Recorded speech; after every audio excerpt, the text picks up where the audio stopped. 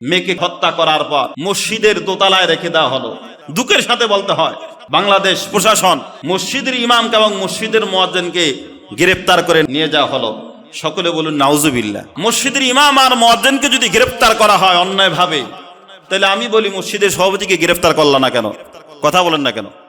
সেক্রেটারিকে গ্রেফতার করলা না কেন? ওদেরকে তো গ্রেফতার করা দরকার ছিল। যখন প্রশাসনকে জিজ্ঞাসা করা হয় মসজিদের আলেমকে, মসজিদের মুয়াজ্জিনকে, খতিবকে এবং মুয়াজ্জিনকে গ্রেফতার করলেন কেন? বলে ডিএনএ টেস্ট করার জন্য আমরা গ্রেফতার করছি।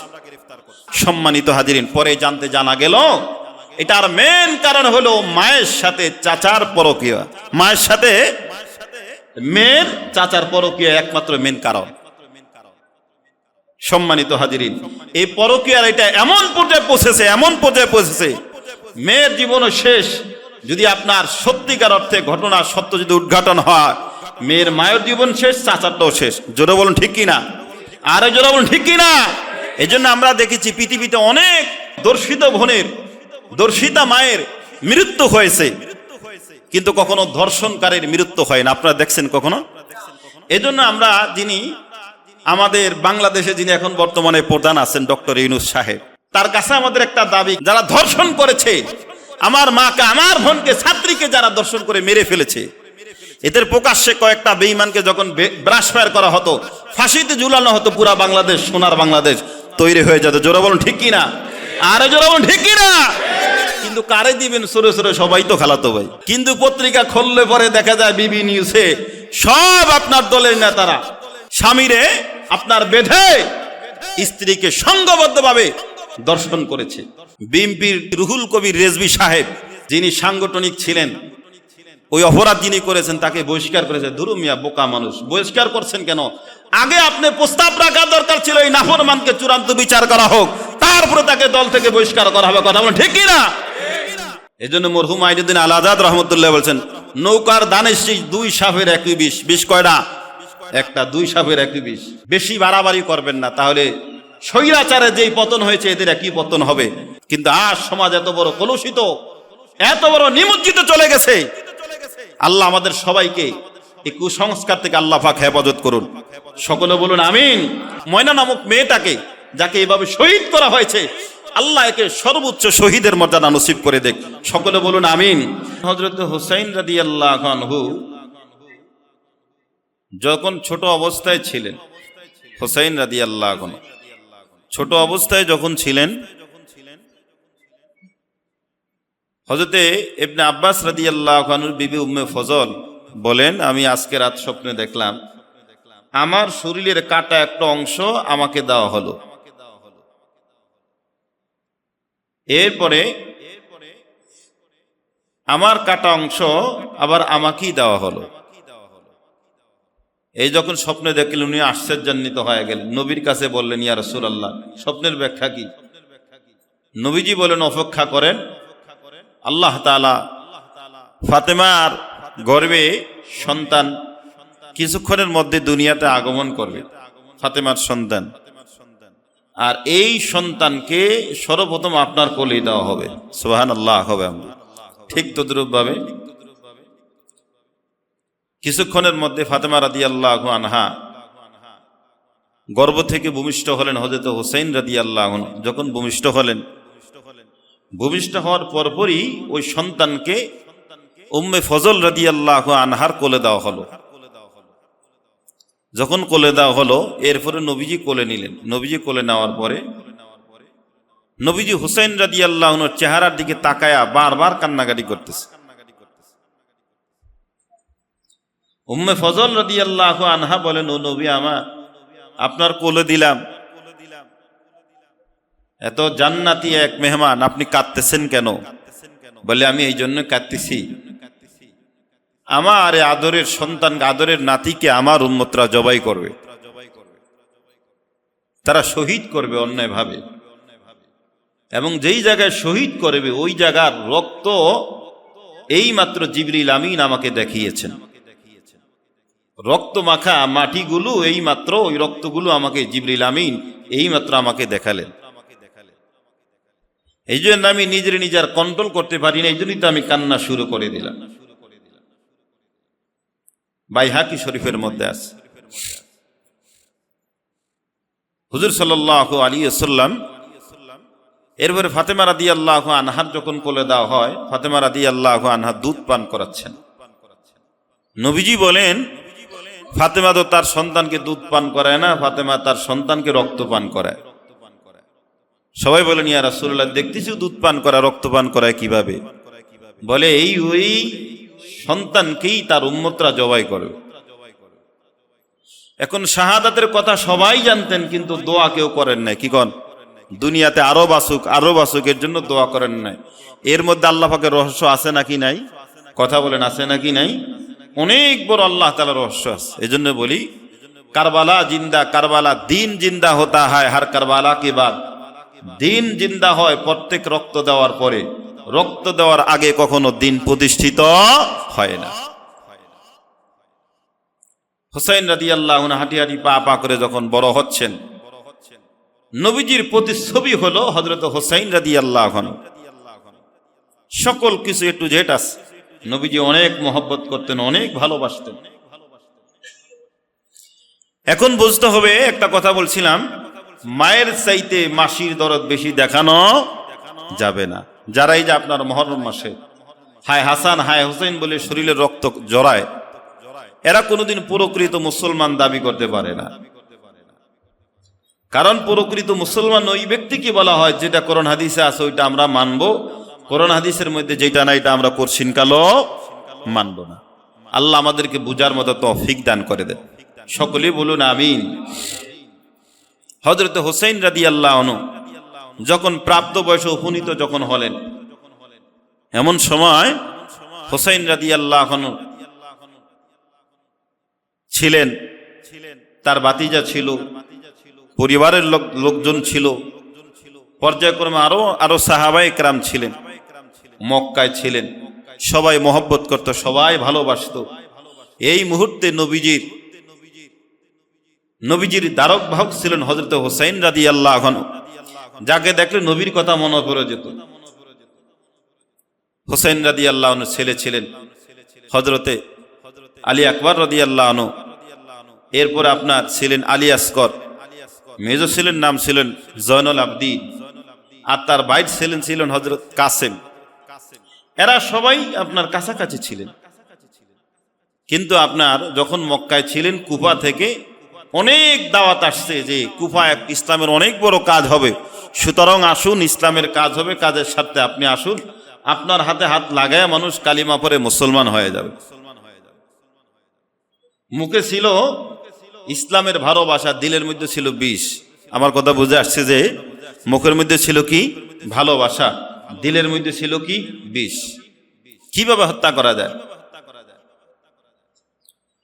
যাই হোক, হযরতে হুসাইন রাদিয়াল্লাহু আনহু দ্বীন আর ইসলামকে প্রতিষ্ঠা করার জন্য যখন তিনি মক্কার অভিমুখে যখন রওনা হয়ে গেলেন, মক্কা থেকে কুফার অভিমুখে যখন রওনা হয়ে গেলেন, এমন সময় বড় বড় সাহাবায়ে কেরাম যখন জানতে পারলেন হুসাইন তো কুফার দিকে রওনা হলো, সুতরাং বড় বড় সাহাবায়ে কেরাম ক্ষমা চাইলেন, আপনি যাবেন না, কারো কথা মানেন নাই। আল্লাহর দ্বীন প্রতিষ্ঠা করতে গিয়ে, ইসলাম আর মানবতা প্রতিষ্ঠা করতে গিয়ে তিনি রওনা হয়ে গেলেন যে আমি যাব। এই দ্বীনের কাজ করতে গিয়ে, আল্লাহর কাজ করতে গিয়ে যদি শহীদ হয়ে যায় তাহলে কোনো সমস্যা নাই। সুবহানাল্লাহ ওয়া বিহামদিহি। কেমন আত্মবিশ্বাস ছিল! হুসাইন রাদিয়াল্লাহু আনহু রওনা হয়ে গেলেন, সব পরিবারে রওনা হয়ে গেলেন। রওনা হয়ে যেতে যেতে দীর্ঘ 1 মাস সফর করার পর কুফাতে যায় পৌঁছলেন। 1 মাস টানা সফর করার পর কুফাতে যায় পৌঁছার পর হুসাইন রাদিয়াল্লাহু আনহুকে আগেই স্বপ্নে দেখানো হলো। আগেই তিনি জানতেন যেই জায়গায় হুসাইন রাদিয়াল্লাহু আনহু শহীদ হবেন, ওই জায়গাটা পর্যন্ত দেখানো হলো। হুসাইন রাদিয়াল্লাহু আনহু যখন আপনার কারবালায় যখন পৌঁছলেন, জিজ্ঞাসা করা হলো, এক লোক মারফতে জিজ্ঞাসা করলেন, যখন কুফার কাছাকাছি যখন পৌঁছলেন, কুফাতে যখন গেলেন, পাশেই তো ফোরাত নদী, বেশি দূরে নয়। জিজ্ঞাসা করলেন এটা কোন জায়গা? বলে এটা কারবুওয়াবালা, যার বাংলা হলো কারবালা। হুসাইন রাদিয়াল্লাহু আনহু বুঝতে আর বাকি নাই, এখানেই তো আমার শাহাদাত বরণ করতে হবে, এখানেই তো আমার ভাতিজারা, আমার সাহাবীরা, আমার সাথে যারা আছে তারা তো এই জায়গায় শহীদ হবে। সুতরাং মুসলমান কখনো যুদ্ধে জড়ায় না, আগে দাওয়াত দেয়। কি বলেন, আমার কথা বুঝছেন সবাই? মুসলমান আগে কখনো যুদ্ধে জড়ায় না। যাই হোক, তিনি বললেন আমারে যুদ্ধ জড়ানোর আগে আমারে সরাসরি যেতে দাও। যখন গেলেন, চতুর্দিকে বেঈমানেরা তাকে অ্যাটাক করে ফেললেন। হোসাইন বললেন, না, আমার 3টা কাজ করতে দাও, হয়তো সরাসরি ইয়াজিদের সাথে আমাকে কথা বলতে দাও, অন্যথায় আমার রাস্তাটা আমাকে ছেড়ে দাও, অন্যথায় যে কোনো মরুভূমিতে তোমরা আমাকে যাওয়ার জন্য নির্দেশ দাও। তারপরে আমি পায়ে পাড়া দিয়া যুদ্ধ করার জন্য রাজি নয়। কিন্তু ওরা যুদ্ধই করবে বেঈমানরা। পানি বন্ধ করে দিল, 3 রাত 3 দিন পর্যন্ত পানি বন্ধ করে দিল। যুদ্ধের জন্য সবাই প্রস্তুত হয়ে গেল, হোসেন রাদিয়াল্লাহু আনহু সহ তারও প্রস্তুত হয়ে গেল, কিচ্ছু করার নেই। যুদ্ধ করতে করতে এক পর্যায়ে তার সন্তান ভাতিজা কসেম, তার ভাতিজা কাসেম, উনি শহীদ হয়ে গেলেন। ইন্না লিল্লাহি ওয়া ইন্না ইলাইহি রাজিউন। এরপরে তার সন্তান আলী আকবর, উনি শহীদ হয়ে গেলেন। আলী আসগর পানি পান করার জন্য যখন ফোরাতের কাছাকাছি যখন চলে গেলেন, যে আমাদের যেহেতু এত আমরা অপরাধ করে ফেলেছি, আমাদের সবার অপরাধ, কিন্তু এই বাচ্চাটাকে তোমরা পানি পান করতে দাও। বাচ্চাটাকে পানি পান করতে দিল না, বরং যখন পানি পান করার জন্য যখন ফোরাত নদীতে যখন নামলেন, এমন সময় সন্তানের মুখে পানি দিবেন, এমন সময় দূর থেকে নাফরমানরা তাকে লক্ষ্য করে তীর নিক্ষেপ করেছে। তীর এই পাশ দিয়া ঢুকলো, এই পাশ দিয়ে বের হয়ে গেল। আরব তীর এখনো পর্যন্ত বাকি আছে। হোসেন রাদিয়াল্লাহু আনহু নিজের হাত দিয়ে তীর খুললেন, আর রক্তগুলো জমিনে পড়ার আগে রক্তগুলো শরীরের মধ্যে দিয়ে দিলেন, আর বলেন, আল্লাহ, আমি চাইতেছি কি আর আপনার নবীর উম্মতরা আমার সাথে কি ব্যবহার করতে। হোসেন রাদিয়াল্লাহু আনহু বলে, যদি আমি অপরাধ করি তাহলে আমার সাথে তোমাদের ফয়সালা হবে, আমার সাথে তোমাদের মোকাবেলা হবে, কিন্তু এই সন্তানটাকে পানি পান করতে দাও। বেঈমানেরা কেউ শুনলো না, কেউ শুনলো না, বরঞ্চ তারা একাকার হয়ে যখন আক্রমণ শুরু করে দিল, হুসাইন রাদিয়াল্লাহু আনহু বলেন, আল্লাহ, আমি চেয়েছিলাম কি, ও আল্লাহ, আপনার নবীর উম্মতরা আমার সাথে কি ব্যবহার করলো।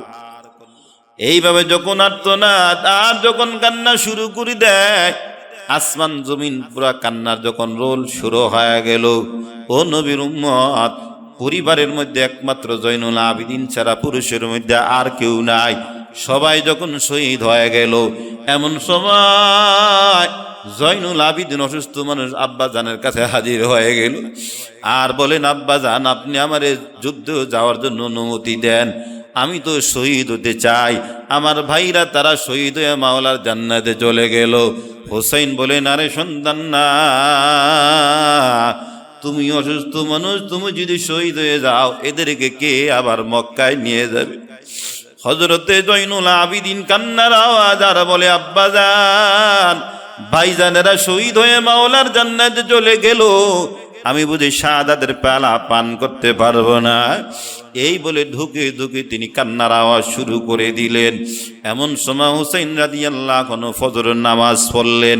ফজরের নামাজ পড়ে সবাইকে ডাক দিলেন, আর বললেন, আপনারা সবাই চলে যান, ওরা আমার রক্ত চায়, ওরা আমারে জবাই করতে চায়, ওরা আমারে শহীদ করতে চায়।